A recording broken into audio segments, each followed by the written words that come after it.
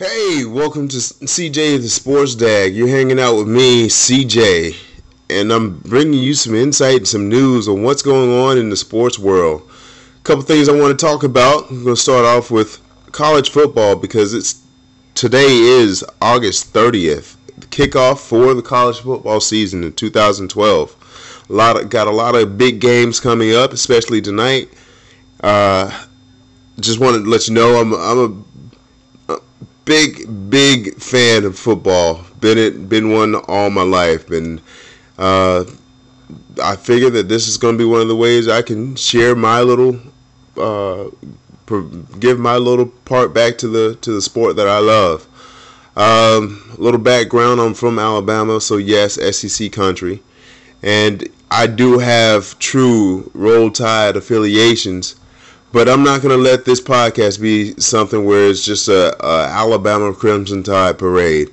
There's going to be a lot of understandable and logical debates, be it by myself or with a special guest. But it's going to be something that's going to be a lot of fun. I'm looking forward to doing this. Since I was talking about being in SEC country and an Alabama fan, let's start off with some of the predictions for the SEC.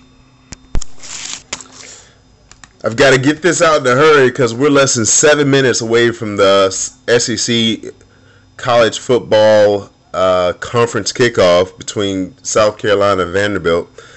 I never really paid attention to the Eastern Division as in depth as I played.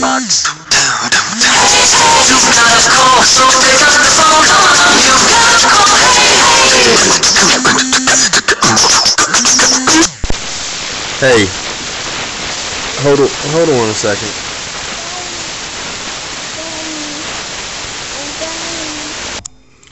All right, sorry about that. I know this isn't ESPN, but this is what happens when you're using a microphone app off of your phone. Sometimes I'm gonna get a phone call, and I hope this doesn't happen too often. But I'm looking for a way to get that fixed. Either way, as I was saying before, we're about 7 minutes away from the South Carolina Vanderbilt game, and it's kicking off the Southeastern Conference a little early, and I'm pretty sure that there's been conference games on the first day of the first weekend of college football seasons, but I never really paid attention to the Eastern Division in depth. And like I was saying before, really looking forward to expanding my knowledge of the sport. Now, I'm definitely going to be giving some predictions on the SEC for sure, and that's going to be a weekly thing. But I also look on a couple of the key games in the across the nation. Specifically, I'm going to let you know I'm a cheat. I'm going to go to the couple of the college pick'em programs and apps and see who the major excuse me, what the major stations and programs are looking at as key games. Hold on, I should have been a little bit more prepared, but I'll start off with the Vanderbilt South Carolina game. And Coach Franklin's got a lot of stuff going on with Vanderbilt, and it looks like he's pulling them in the right direction to grow in the SEC. And normally in the past, everybody would say Vanderbilt, that's that school that's up north in Tennessee, and many people may even forget that they're actually in the SEC. But I don't think that's going to be happening anymore. Vanderbilt's looking like it's staking its claim in the SEC, and which is good because with the expansion, where the conference has included Missouri and Texas A&M, that's just a couple more teams for the bottom of the pack teams to fall behind. I've got a little. I'll talk about those two teams in the future, but Vanderbilt's looking like they've picked a good game. They have a good game plan. James Franklin is doing an outstanding job. Where this is mainly the premier academically led schools in the conference, where the team doesn't really get the athletes that the Alabamas, LSUs, the Floridas, and Georgias would normally get. It's like a private school playing in a public school league. And that coming from a private school, high school background, I can see where there are a lot of issues and hurdles and obstacles that a school of that caliber in academics will have to fight to be a part of the big boys in something that's polarizing. It's you got when it comes to schools and athletics, they're completely polarizing aspects. You've either got this, I mean, you see it everywhere in society and media and everything, where you've got the dumb jocks and the brainy geeks. And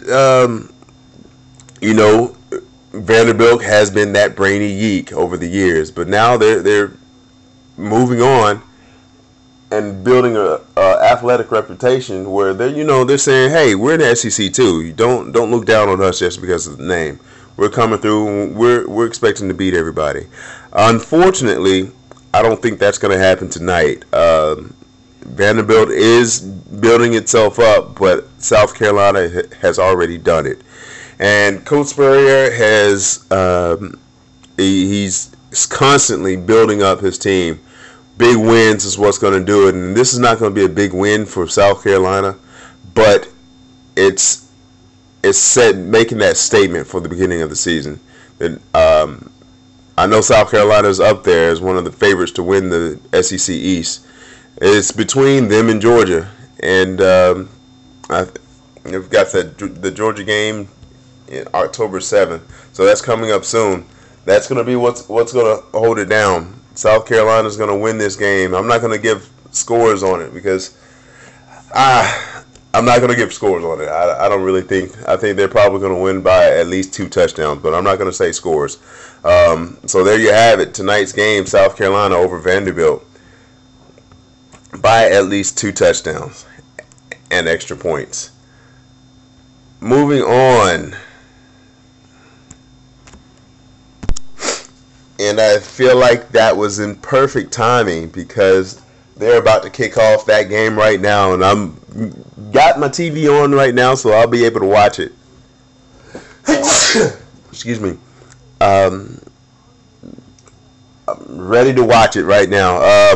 Also, in about 30 minutes after this South Carolina Vanderbilt game kicks off, we've got Texas A&M and Louisiana Tech, which is going to be interesting. I've not really paid much attention to Texas A&M because, once again, they were not a part of the SEC.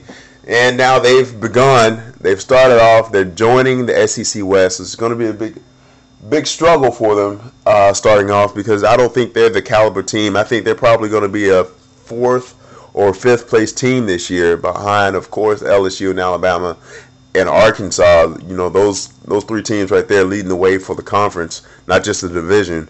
But I think it's very possible for them to sneak ahead of Mississippi State and Auburn. It's going to be tough for them, of course. I did watch some of the Texas A&M games, and I saw the scores. Of course, you got to see the scores from the previous year, and it seemed like Texas A&M would start off really strongly. They did not finish too well in regards to that. In particular, I don't know who planned it out, but against a future SEC foe, Arkansas came out strong. Was leading the game at halftime, and then as soon as the second half kickoff, they just seemed to falter and ended up losing that game. I don't have their record in front of me, but Texas A&M did have early game leads and lost a lot of them. But Louisiana Tech for the Aggies is going to be a good test for them. It's a middle tier team in the nation, I'd say. Still a part of the WAC, and I'm sure I'm going to get some of these conferences wrong because of all the realignment, conference realignment. But Texas A&M has got a good warm-up to get into this season before they go out and play the big SEC foe next week.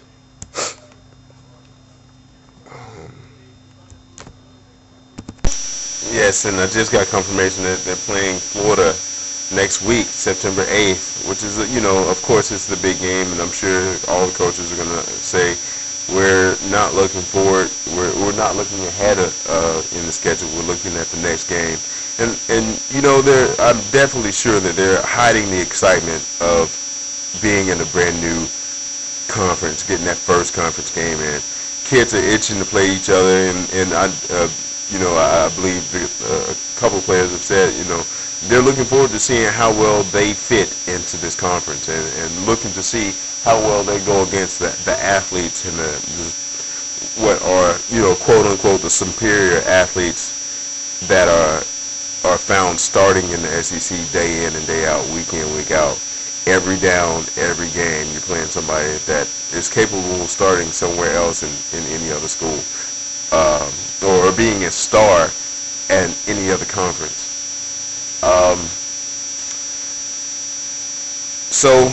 Texas A&M game was supposed to start tonight, but looking at it, it's saying that it is postponed currently, and I'm not seeing where the postponement's going to go to. Of course, that's due to the weather, the effects of the weather going down there in Louisiana, effects of Hurricane Isaac, and just want to say I'm hoping the best for everyone that's down there in the Louisiana area and everything that's in that hurricane's path, or that weather system's path. And best wishes to everybody. Hope you guys recover well, and there are minimum damages to all of that you have. Texas A&M, I'm just going to go out on a limb and say Texas A&M is going to get that first win. The biggest trouble that they may have is, like I said, they're looking forward to this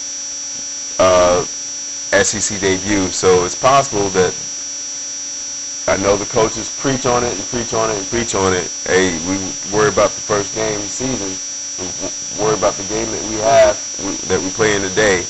But it's really hard to do that when you're excited for something that's coming up, and that's going to be the biggest snag on the biggest obstacle is that mental focus that they need to maintain to take care of the game that they have tonight or whenever that's playing. If they're looking towards Florida, then they may forget about Louisiana Tech. And Louisiana Tech has historically not been a team that shies away from scoring big and big offense. So Texas A&M, I'm predicting to win that game by at least 10 points. Next game starting Friday, the only game of the night. It's a few games. Is ACC versus SEC. Starting off with Tennessee versus North Carolina State. I believe that's going to be at the Georgia Dome. And it's starting to become one of those premier seasonal kickoff. It's a Chick-fil-A Classic. that's what I'm going to call it. It's not the bowl. It's Chick-fil-A Classic. Where you're pitting an SEC team versus an ACC team. And so far the ACC has faltered. The SEC team has come on strong, be it Alabama. I can't remember who played in that game last year, but it's been the SEC showing that they're dominant in this region of football play. And the ACC has been faltering too. They've not had a strong leader to, for the rest of the conference to ride on going into a bowl game. They've not really been successful in interconference play, especially when it's coming to those bowl games, the high-profile games, or bowl games at the end of the season. So this being one of their chances, North Carolina State versus Tennessee. North Carolina State came off of a pretty mediocre season behind Clemson, Virginia Tech,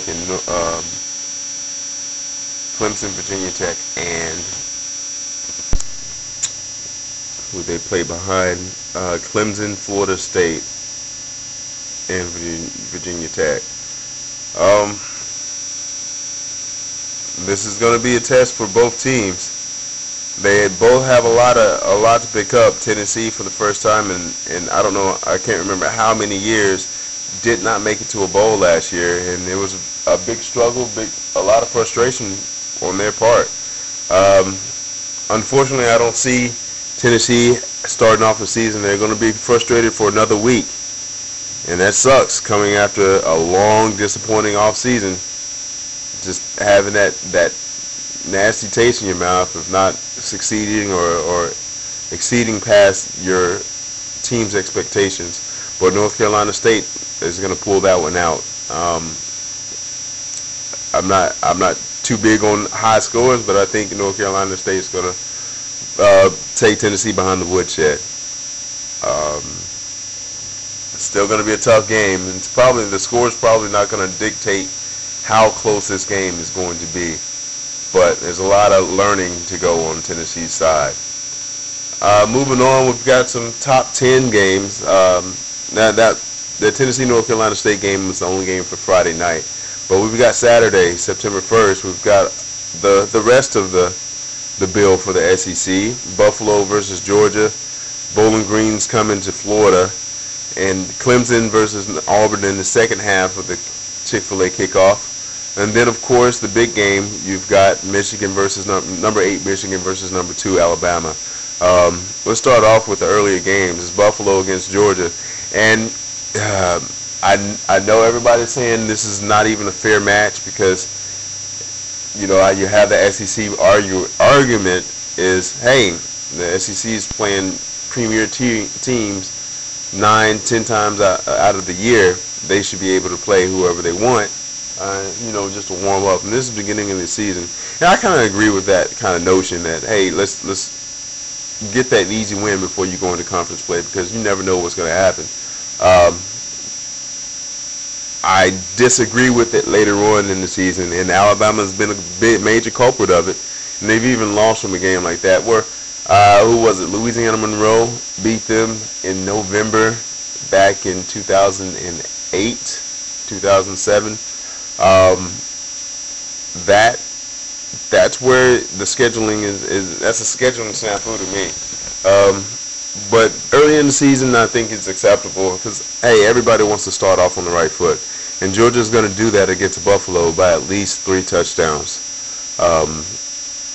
They're coming back with a strong offense. They've got who is arguably the best quarterback in the conference. And it's just pretty much going to be a coming out party for the Dogs, especially since they're the favorites to win the SEC East. All pitting on how well they do against South Carolina later on in the season. But it's going to be not a barn burner, but it's going to be a convincing win.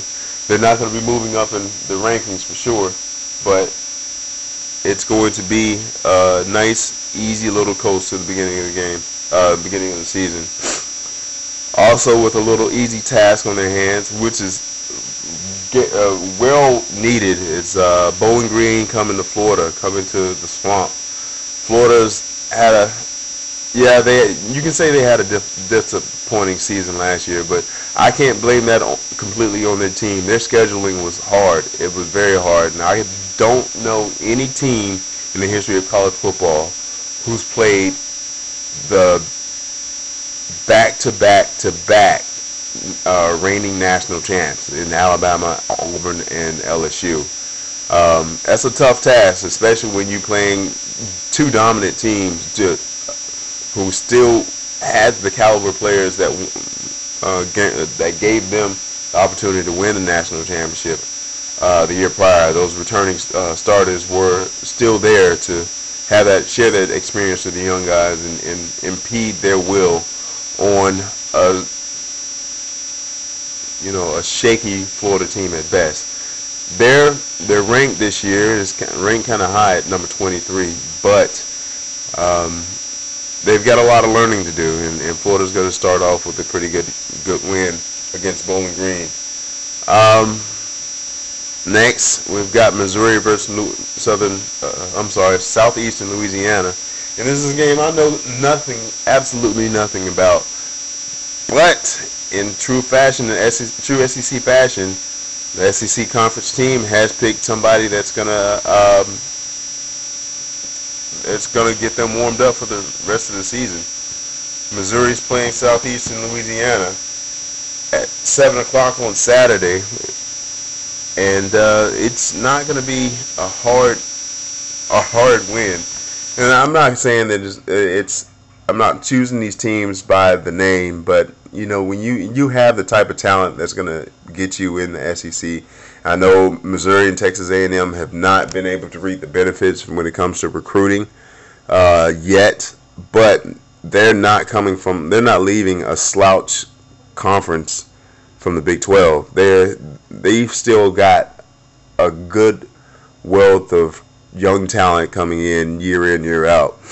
And Southeastern Louisiana is going to be the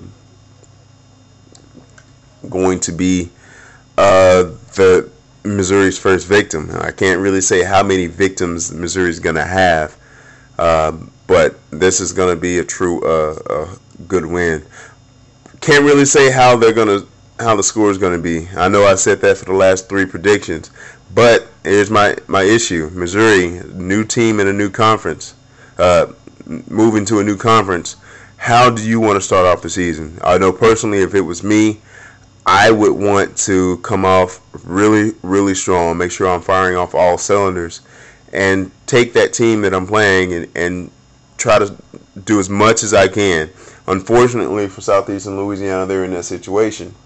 And if Coach Pinkett, I believe, is the coach, has that same mentality, I'm looking for Missouri to make score a lot of points in that game. And of course, they've got the same hurdle that Texas A&M has, as they're going to be playing their first conference game against Georgia next week, and it's going to be even harder for them because this is, one, a division foe, and 2, this is a top 10 ranked team that they're going to be facing next week. It's going to be it's going to be a lot easier for them to be looking at Georgia and trying to figure out what they're going to do. But I would, as a coach, I would tell my team to focus on tonight's game and handle the business that you have right in front of you so that you can handle that business. We don't want to make too many corrections to something that when we're getting ready for a big task. If you take care of the small things this time, you won't have to worry about taking care of them later on in practice. So that's Missouri taking on Southeastern Louisiana. I'm not sure. I'm probably going to come back on Sunday and give you guys a recap of all these scores, and I'm not looking forward to actually listening to my predictions, but that is one thing that I know I'm going to have to do coming up real soon. Next game, Central Arkansas against Ole Miss, and I think this is a pretty interesting matchup. Ole Miss has an opportunity of losing this game, and I'm sorry for you Rebels, but the quality of performance for the Ole Miss Rebels is very up and down. It's not very consistent, and it comes with the talent that they get. And every 3-4 years they're coming out strong in the West, but this right now they are just not. I'm sorry, I'm watching the Vanderbilt game in the mirror right now. Vanderbilt's coming out really strong. They just got an interception, and they've already gotten 2 turnovers in the first quarter. So, I hate to go back on something that I said, but this is what makes the SEC great. You never know what outcome you're going to get playing against these teams because every team has the talent. But back to the Ole Miss Central Arkansas game. Central Arkansas is not a slouch in their conference. They're coming in. It's like I said, Ole Miss is not coming in the strongest that they've been, and Central Arkansas will be. I'm sorry. Looking at it, they don't have anything on their. They don't have any stats or anything on their webpage. Coming out of Southland Conference, they were 6-1 in their conference last year with an overall record of 9-4. They have the Bears have a opportunity of coming out and they're playing against a team that they should not be afraid of. They're not going to back down to the Rebels. They're going to come out strong, and Ole Miss may come out with the black eye. It's going to be a close game, and it may end up being a last-second field goal to decide it. But it's going to be somewhere up there. I think it's going to be 20-21 or 24-23 type game. It's just going to be one of those. I think that's probably going to be one of those interesting games in the SEC that you can watch. That it may be a sleeper of the excitement there, kind of like Auburn and Utah State last year. So don't sleep on this game. Definitely. Also in Mississippi, this is kind of like a backyard game here. Mississippi State versus Jackson State. Jackson State, I know a little bit about by the name because it's a SWAC conference and me coming from Montgomery, Alabama. Watching Alabama State games every once in a while. I've seen State play, and they're visiting Mississippi State, who of course is like in Mississippi is the big brother. So there's probably going to be a nasty taste in their mouth. The Tigers are going to come in and face the Bulldogs, and Jackson State is a strong team. So I'm seeing Mississippi State once again not one of those teams in the SEC that not by their own fault, by default, they're just not in the top tier of the SEC. But of course, because they're behind Arkansas, Alabama, and LSU, and right now they're behind Auburn. They're fighting themselves out of last place against Ole Miss.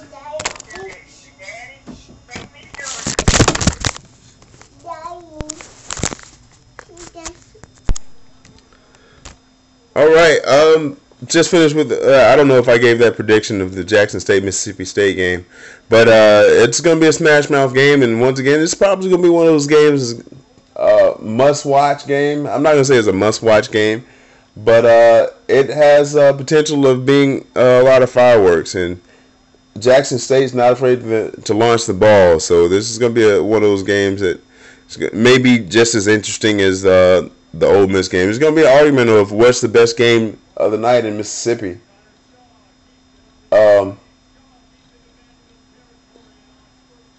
Next biggest game, well, it's definitely going to be a big game for the night, is the Clemson versus against Auburn. Clemson Tigers versus the Auburn Tigers in the Georgia Dome. That's the second half of that one. Like I said, the Chick-fil-A season kickoff. And Clemson's coming in, licking their wounds from 2 years ago when they played against Alabama.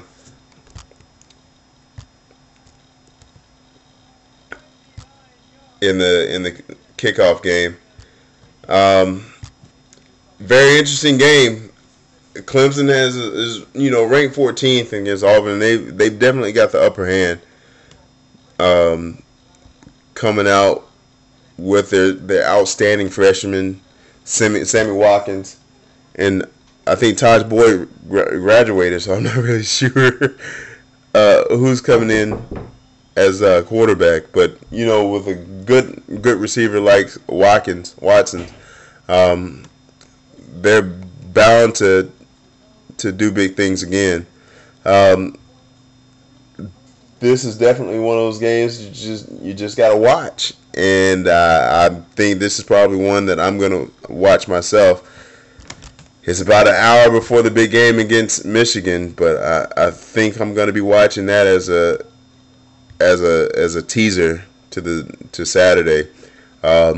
can't really give a big prediction on this because it's going to be this game can go big either direction. I think Clemson's going to come out over the top against Auburn by at least a touchdown. Next up, Arkansas and Jacksonville State. And Arkansas is warming up against. I'm sorry for the interruptions. This is like I said, this is not an ESPN production. This is coming out of my Taper Talk app on my phone, and I've got, like I said, I'm a sports dad. I've got mom and baby and grandma coming in talking, and and everything. So this is gonna be, it's not high professional quality. This is gonna be very interesting all year. Hopefully, it's gonna get better. But as I was saying, Jacksonville State versus Arkansas. Arkansas is warming up with a. Most I know about Jacksonville State is it is in Jacksonville, Alabama. Not much knowledge about them, and with the firepower that Arkansas is coming back with, I don't think they're going to have any problems with this game. I believe their mascot is the Gamecocks, and I was right. They are the Gamecocks of Jacksonville State. Not going to see any trouble with Arkansas handling Jacksonville State, even though they're from the Ohio Valley Conference, and they're playing middle. It's a middle lower tier D1 school. I always call it D1 because, hey, this is what I grew up saying. I know it's the bowl championship conference or division now, but Jacksonville State's not going to see much daylight here. They may score 13 points, but Arkansas is going to come out big victory, at least 42 against Jacksonville State against the Gamecocks. Next game, you got North Texas coming in to see number 3 LSU. And I know the big buzz about LSU around the nation is the fact that they lost Tyrann Mathieu for the season. Not a big deal. He's a big-time player, but not a big deal to the team because high-tier teams like LSU, these top 10 teams in the nation, they have the talent to just replace the top player, their first-string player. And that's what really separates the top 10, top 15 in the nation. They've got a good 22 players on each side of the ball that can come in and be an impact whenever they get into the game.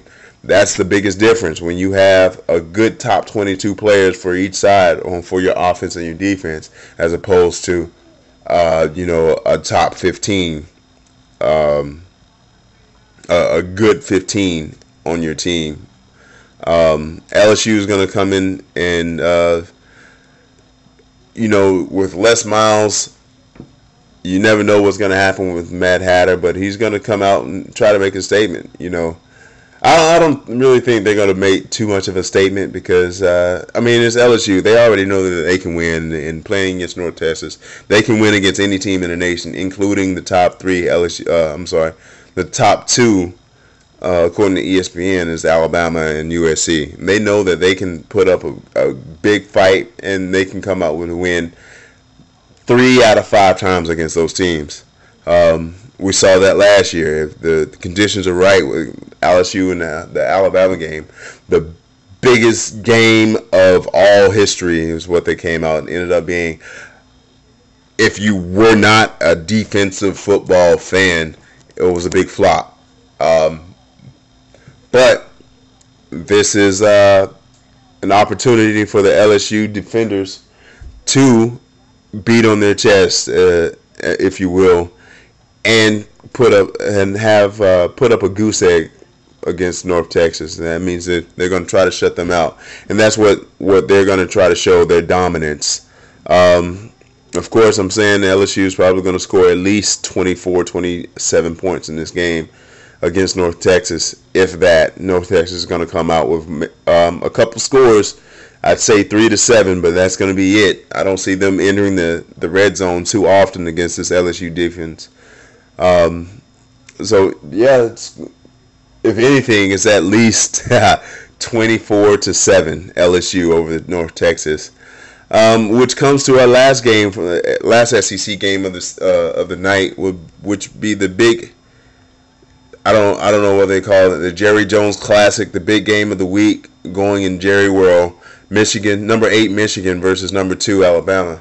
And this is going to be a big game. Of course, everybody's been talking, saying that the hype's there. This is a big game. There's talk from both sides that, they have something. They're going to come out strong against this game. And there's no doubt that each team have very good talent and good opportunities to do well this year. Of course, because one, they're ranked in the top 10. This is a big game, and I'm an Alabama fan, Roll Tide and everything, but this is a big opportunity for Michigan and Shoelace Denard Robinson. A little bit on that, Michigan does not have much to lose. I mean, they're already the underdog and they're expected to lose, but I mean, okay, I'm not saying that they're expected to lose. Everybody's expecting them to lose. They have a fight. They have a chance in this fight. Every boxer has a chance in a fight. But overall, Michigan is looked down upon as the underdog because this is big bad Alabama. Which I really don't get. Alabama being. Personally, I think Alabama's ranked too high. I know somebody may say this is sacrilegious or blasphemy as an Alabama fan, but you lost what, 6 of your 11 starters on defense, and that has some impact. I know a lot of the guys that's replacing these starters have game time experience. But when you lose, it was when they lost 4 first-round draft picks, and that's you're gonna hurt every time that happens to a team. Michigan coming back with a quarterback that is very talented with his legs is something that Alabama's not seen. So that's a plus on Michigan's side. Alabama's not seen very often. And I said this 2 years ago that Cam Newton was the Denard Robinson. Denard Robinson. I didn't say this on Denard Robinson. I said this is about Terrell Pryor. Cam Newton was the Terrell Pryor, or was a better Terrell Pryor than Terrell Pryor was. Denard Robinson's that same caliber.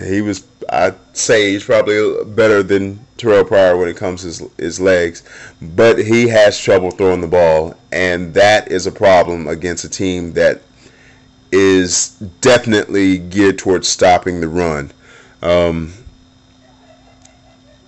Michigan defense is strong, yes, and Alabama's lost their running back in Trent Richardson, but they have a stable back there. They've had a stable back there, and this time it's going to be led by Eddie Lacy, who is not a slouch in any sense of the word. That kid is a beast. He's probably the biggest moving boulder that I've ever seen, next to Trent Richardson when he first came out and put on the crimson jersey. But this is going to be an interesting game. I see Michigan scoring a few times, maybe about 17 points. But I think Alabama, it's not just my fanhood, and I'll tell you this, but I see Alabama letting Michigan score, or not being able to stop Michigan. Not saying letting Michigan score, not being able to stop Michigan from scoring a few times. But I think it's going to be a low-scoring game for sure, and it may be a 7 to 3 point difference between the winner and loser. But I pick Alabama's 17-10. This is definitely one of those games I'm going to be watching on ABC and sitting dead in front of my TV, hopefully with a bag of popcorn and complete silence. I find a way to send the family out of the house somehow. but I see Alabama pulling it through kind of closely. It's a lot closer than everybody's saying. I think people have Alabama scoring up 2 scores against Michigan, and I just don't see that against the style that Alabama plays. A lot of things that they have to actually see on the field, on the game field, and with the whole factor of this the whole shoelace factor. How's Alabama going to defend Denard Robinson?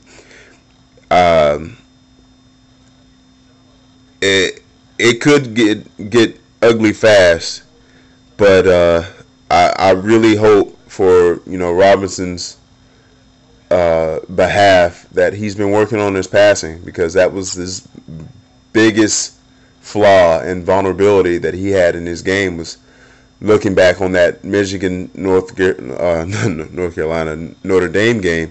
He was just putting the ball up. There was no zip on the ball, and you just can't do that against Alabama's defenders. Nick Saban is a defensive coach, and he prides himself on his defensive team, particularly his linebackers and his defensive secondary. He has his thumbprint on that, and you can tell every year those guys are prepared to play at the highest caliber possible.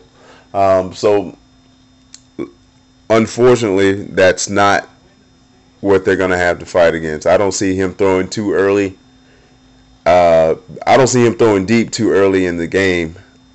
Maybe, just to get him warmed up. It's probably going to be his second quarter. He's going to start, throwing the ball around. But Alabama's going to be focusing on his legs, and that's pretty much it.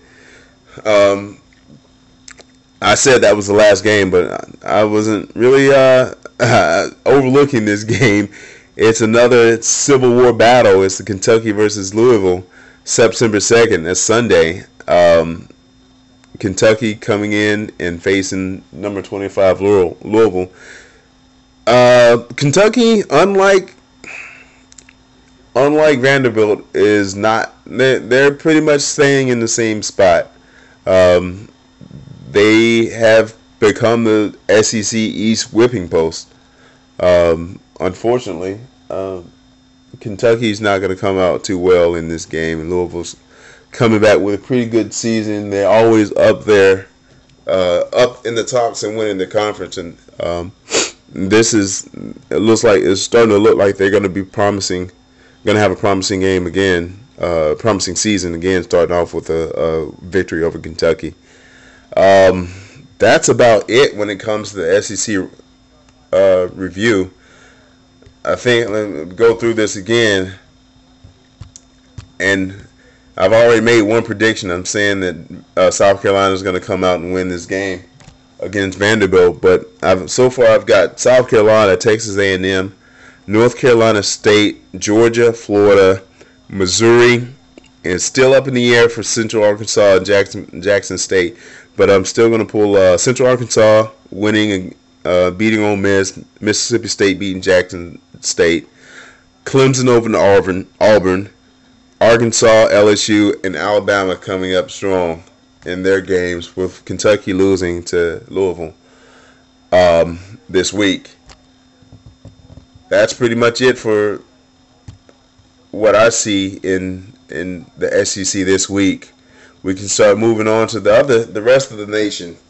Now I'm just looking at what ESPN has for this week's college pick'ems, and of course I've already hit on some of the SEC games because they're premier games. Colorado State and Colorado. Having lived in Colorado for 4 years, I have a little bit more insight on that rivalry. In Colorado State, just like a lot of the other schools, tend to look at themselves as the little brothers or being bullied by the big state, the larger state school. Right now, I'm seeing a lot of favoritism going towards Colorado.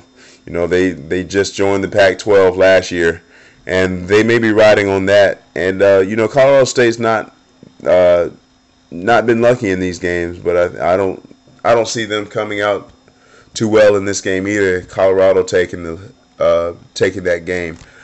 That game coming on FX at 4 p.m. Saturday morning. Let's see, Southern Mississippi Golden Eagles versus Nebraska. Another big school versus.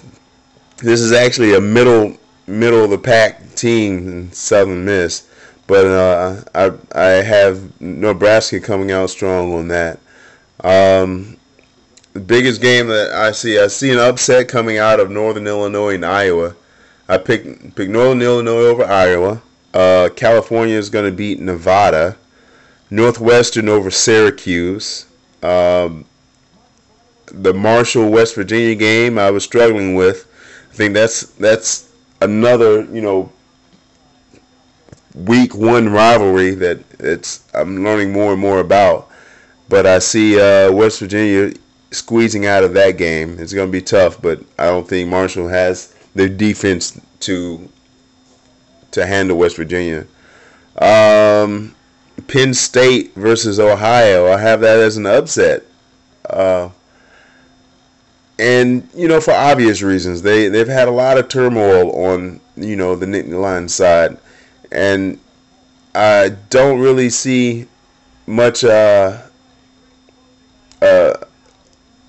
lot of the only positive I see Penn State getting out of this is learning from their mistakes. Ohio is not a bad team, but it's not a good team. But I think with everything, the emotions and everything that's going on in City College is a little bit too much. Them losing the beloved Joe Paterno. And the sex scandal that's been going on, and everybody transferring. Of course they're going to be able to rebuild, but it's going to be a close game, and I have Ohio squeaking out of this the victor. Last game on the college pick'em is Miami versus Boston College, which is another rivalry game, but not in state in a sense. I've got Boston College coming up over Miami, and a lot of people may be saying that's a gutsy pick, but I'm not very confident on this game at all. I know Boston College has not been very successful since they left the Big East and joined the ACC, but this game is going to be a test of wills. And like I said, I have Boston College coming out. That wraps up our BCS. Not our BCS. That wraps up the college pick'em portion of this podcast and this episode. And I'm always looking forward to a good college football game. And I don't know if anybody's going to actually get a chance to hear this, but if anything comes up, anybody have any questions, I'll be happy to answer them. I will be posting this on YouTube for sure. And hopefully you can follow me on Twitter at CWillDubs. I'm going to spell that out. At CWILL_DUBBS on Twitter. And I'll be happy to talk to anybody about what's going on. And you can. All your criticisms are welcome. I know this is a shoddy production at best, but this is what I'm working with right now, and just be patient with me. As I learn more and more about broadcasting and production, I'm sure that this is going to get a lot better. Just if you have any tips and ideas, just give me a holler. I'll be happy to take on any ideas. I know I'm going to need it. Last thing that I wanted to, a couple other things I wanted to talk about were the BCS predictions. Initially, it's just BCS. This is, of course, the last year that the BCS championship game is going to be as it has been with the new playoff system coming up in 2014. But I think every college football podcast or any specialist has their idea of favorites for this season.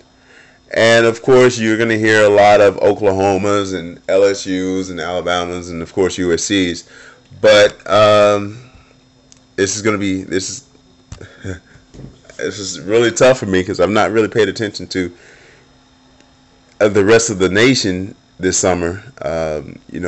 Due to work and everything. This is so far this is a hobby, and everybody's saying this. I've heard a lot more. This is SEC's last stand was last year, and somebody's gonna uproot them. But right now, they're still at the top of the mountain, top of the hill. And Alabama and LSU are right there, ready to defend their conference. Of course, you have USC, Oklahoma, Oregon, and Florida State in the hunt for national championship, and as well as Michigan. But for Michigan, they have to come out strong, and if they can come out and beat Alabama, then they're set. Denard Robinson's set for Heisman glory, but they have to get past that game. And then they're like I said, Alabama and LSU are at the top of that hill, and Michigan's gonna have to fight up that hill to win. It's an amazing year. Can't say that. It's hard to argue that an SEC team won't be in the championship when you start off the season with 5 of the top 10 teams coming from that conference. Those teams being Alabama, LSU, Georgia, South Carolina, and Arkansas. It just shows how top tier this conference is and how strong it is, especially at the top. But I'm kind of leaning towards some other conference coming out the victor this year at the end of the season. Of course, Alabama, LSU, and Arkansas are going to be fighting just to win their division. And as we can see now, you don't have to win your division to win the national championship. But that last year's results was very unique in having 2 teams from the same division playing for the championship. I don't see that happening again. Luckily, well, I do see it happening again, but I don't really see it happening too often with this new format that's been proposed, and the NCAA are preparing for the next couple of years. This year,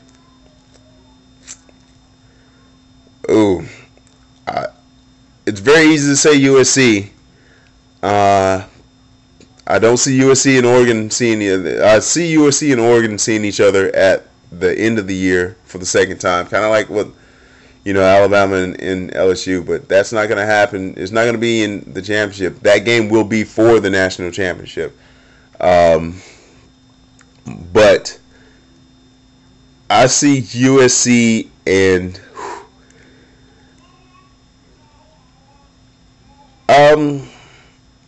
it's either going to be LSU or Oklahoma. I don't see Alabama. I see Alabama losing maybe 1 or 2 games this year. I'm going to look at the schedule here for the top 5 in the BCS. USC, starting out with the USC, they're of course going to struggle against. They have opportunities of struggling against Oregon. USC's biggest test would be coming from number 21 Stanford and Oregon. I don't really see too much other problems out of this game, out of this schedule. Starting off with Hawaii, and they're pretty much cruising until they hit Stanford in week 3 on the 15th.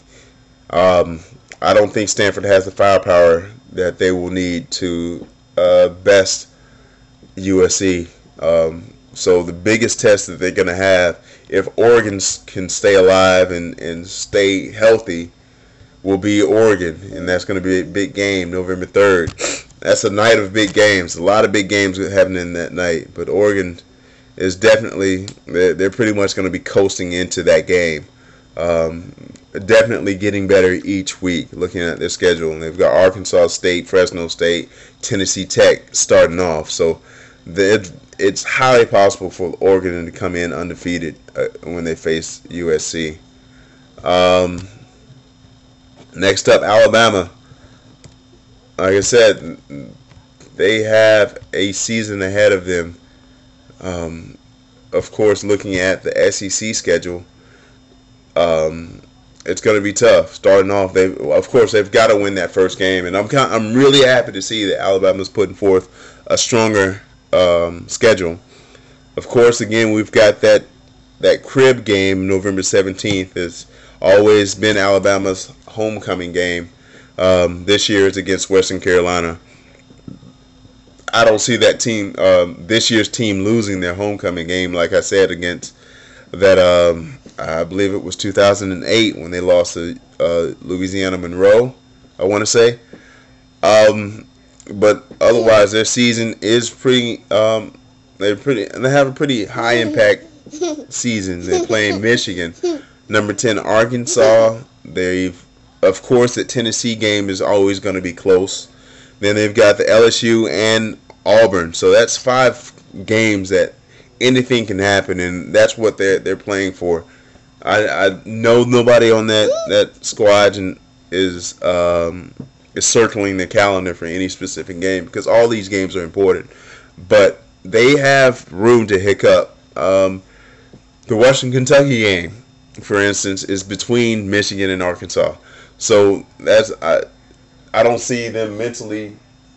I don't see them mentally falling behind and losing focus. But it's very possible with this type of schedule. LSU is playing another, high-profile schedule this year. Actually, not as high-profile as it was last year, but they're still, up there. Their first conference game against Auburn, which is always a rivalry. Asking any Auburn fan, any fan in the SEC West, and they'd say that, every year they're looking forward to playing LSU. So they've always got a target on their back every year. Them losing to Ron Matthew, like I said before, is not really going to be an issue because they're going to have somebody step in that's a 5'9", not 5'9", it's probably going to be a 6'1", freshman or sophomore that can do, is just waiting to show that he can do just as well as Teron Matthew did. Don't touch. That's going to be a very interesting season for LSU, watching them bounce back. But their season doesn't really start until October 6th, when they start facing Florida, South Carolina, and Alabama in a span of 5 weeks. Next up, we've got Oklahoma.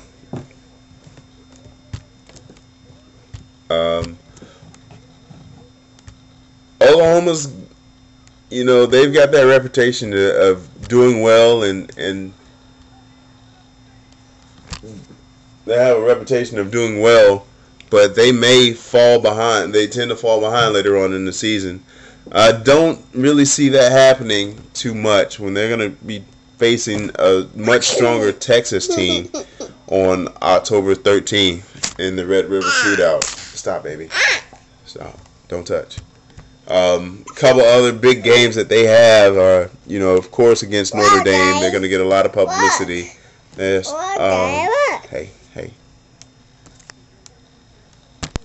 Stop it. They've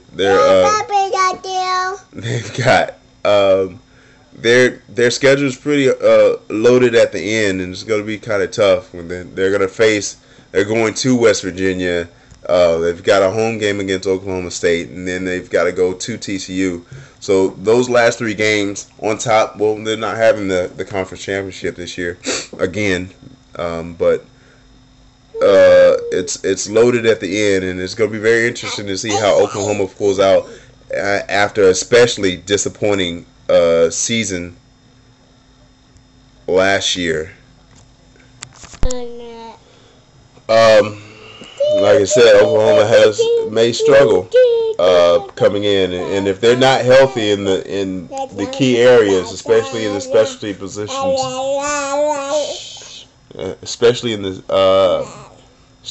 positions, then they're going to have trouble later on in the year.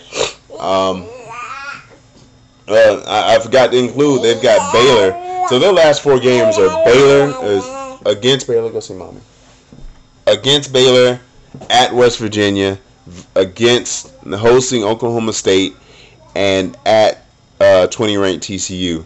Baylor is not a team to sleep on. They came off a very strong year last year, of course, behind the legs and arm of Heisman Trophy winner Robert Griffin III, and he's no longer there. But they had that confidence, and a confident team is always a dangerous weapon. So that it's going to be interesting for Oklahoma towards the end of the season. Oregon, they're in a very opportunistic position right this year, being in the shadow of USC, falling under the shadow of USC. Of course, they've got their big game against Oregon State.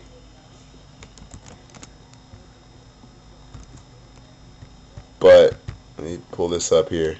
The biggest games they have, Arizona is always a team in the Pac-12 that you should be worried about. They've got a tough schedule. It's a backloaded schedule when their last four: USC, California, Stanford, and Oregon State. That's going to be a tough schedule to come through undefeated. Just those games, much less the whole season.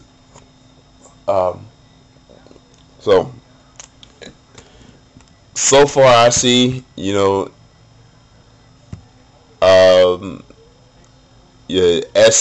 and LSU having a stronger opportunity to win, to find themselves in the national championship game. Of course, you've got Georgia and Florida State and Michigan. Georgia may possibly, they just like last year, if they have a chance to be in the SEC championship game, then they have a chance of winning it. And Mark always has his team ready. They tend to struggle at times, but it's going to be interesting. They have a good route to the SEC championship, much less the national championship, if they can get past South Carolina and the SEC West champion. Florida State, looking at it, they've got Clemson September 22nd, Virginia Tech November 8th, and of course Florida November 24th. Another thing is the big rivalry game, October 20th at Miami. Ride left, ride right. And I know you Florida State fans are not don't like thinking about it, but hey, we all have those games and those stories. Alabama, ask any Alabama fan to punt, Bama punt, and you'll see their head drop. As soon as I'm doing it, I'm bringing it up myself, and I'm dropping my head. So that's it. That's gonna round out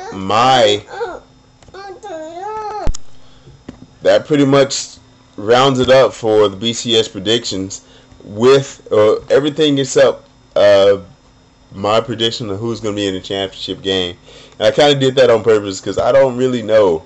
I know it was a whole bunch of predictions that I've made today, but the championship game is so far away, and I'm a little anxious about giving this. But I definitely see USC and LSU having a good opportunity of finding themselves in the championship game. Of course, LSU has the strongest argument.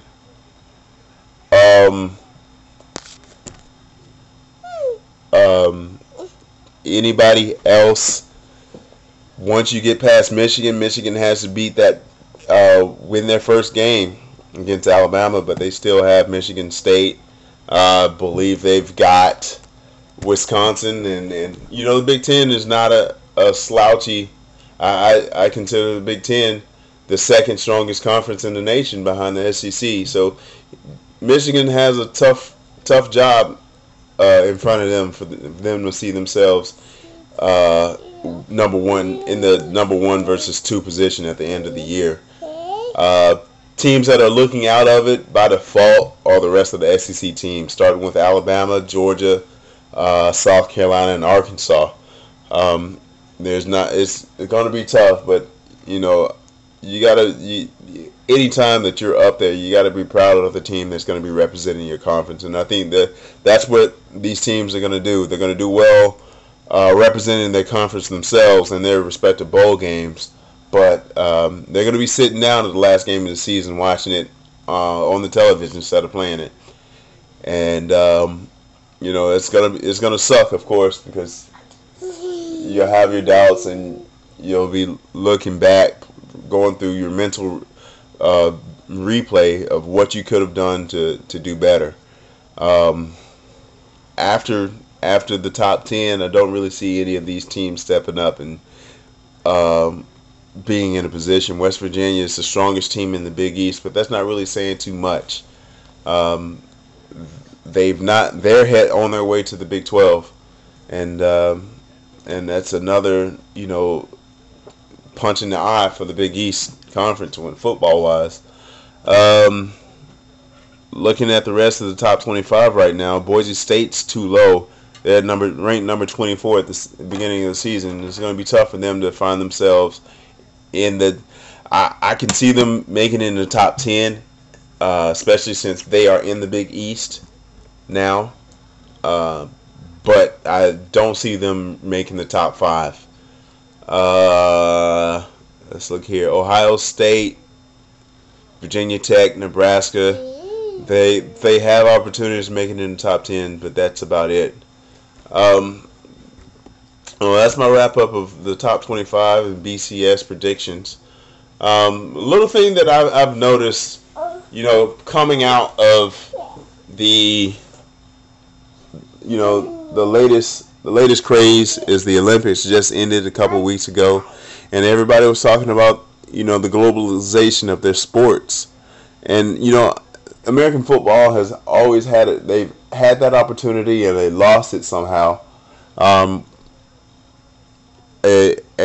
I've had my personal experience in seeing the way that football is looked around the world, and it's always going to be second. It's always going to fall second place to actual what the world considers, the rest of the world considers football, and that's soccer.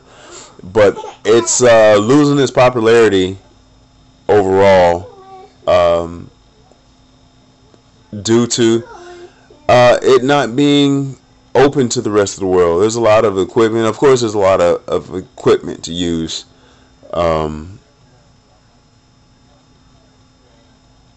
There's a lot of equipment to purchase and buy, and it tends to get expensive. Plus the fact that you need more than just a few players to play to share that interest, and that's another hard thing to do, especially when you're trying to introduce this a sport to a brand new culture. I don't see it coming into the Olympics at all, but I think that is a good opportunity to somehow introduce it to the world using the Olympics.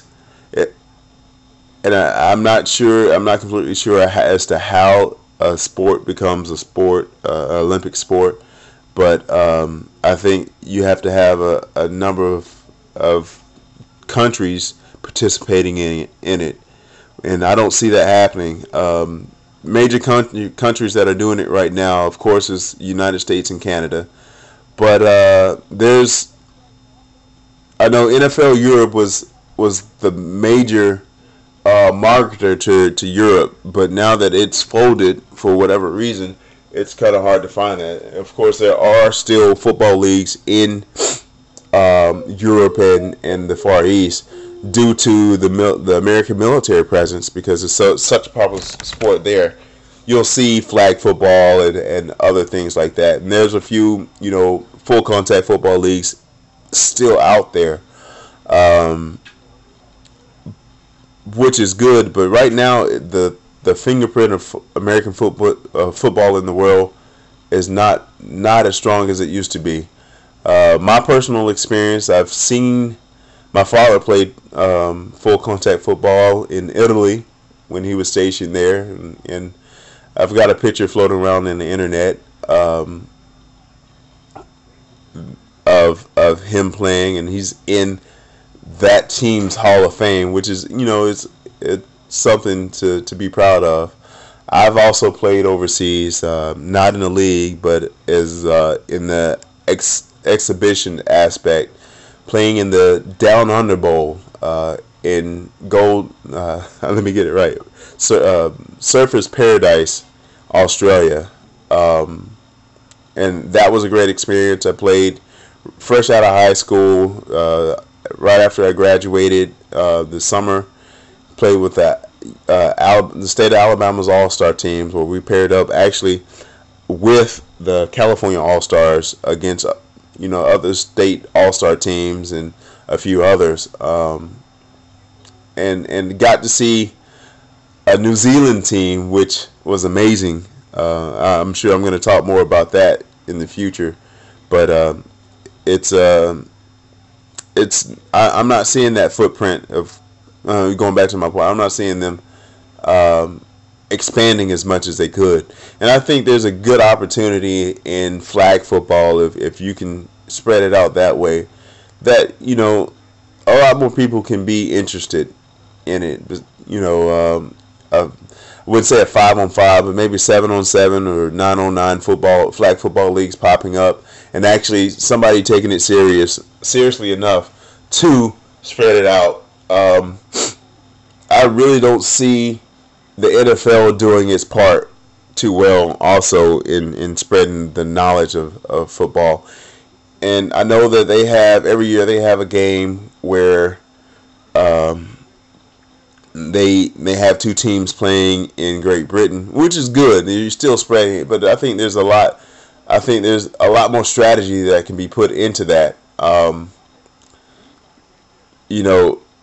I heard a sportscaster, I think it was Jamel Hill on ESPN's Around the Horn, say that there's not much understanding behind the game. Back when they had the NFL Europe, you had people in Ramstein and Rhein-Main wearing cheese heads and not really understanding that it's really associated with a specific team, being Green Bay. To piggyback on that, to rebuild that whole mentality and understanding for the European audience, I'd say, I would suggest to the leaders in the NFL powers that be to pick a team and let that be, just like we have quote-unquote America's team in Dallas, pick a team to be Europe's team and let them play,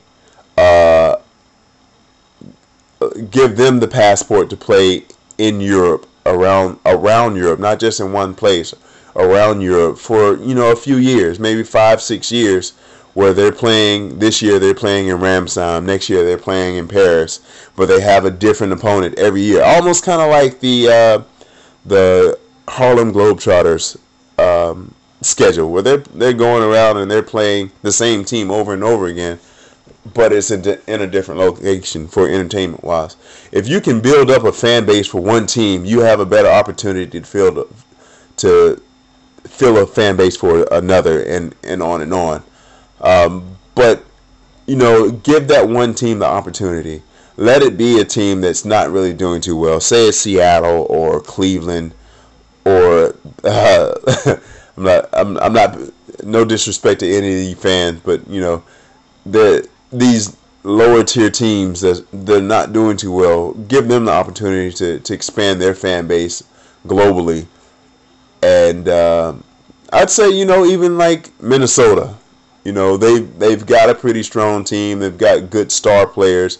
Let them be recognizable overseas. So you build up that reputation with one team, and like I said, you build up the reputation for one team, and the other teams have an opportunity. You just got to get your foot in the door, and that's all that I really see that the NFL should do. And I know I'm a nobody in the sports world, but if you just give it a chance, let somebody else see what's going on. And I'm probably going to harp on this again in the future, but this is what does the NFL have to lose? They're already playing. They're already having two teams play overseas already. Go ahead and that you'll get, if you start off with the major military bases in towns, American military bases in Europe, you're going to get the fan base that you need. Especially if you started off like the first game of the season, kicking it off that way you'll get the two teams over there, possibly for 2-3 weeks. uh, uh, Scheduling for the preseason may be a hassle with that idea, but it's a start, and that's all I ask. And that's all I think that's where I'm going to end it here. I know I appreciate everybody who's come in and talked and I mean come and listened to what I had to say, and I'm hoping that I'll be able to do this in the future. But if not, if this is not your cup of tea, please feel free to hit me up on Twitter or on YouTube and tell me what you didn't like about it, and I'll try my best to make this a better podcast for in the future. Have a good night and enjoy the college football. I know you guys, you football fans, are really at a complete high right now. Last night, Madden came out. Madden 2013 came out, and I'm sure if you're not able to, if you're able to turn that game off, you're probably going to pick up a college football game somewhere else. So you guys have to be happy with what's coming out, and this is a good season for me for sure. Last thing to say, just enjoy football, enjoy the beginning of the year, and I'll be looking forward to bringing you some more information in the future. You guys have a nice night, and this is once again you've had fun hanging out with the Sports Daddy. Good night.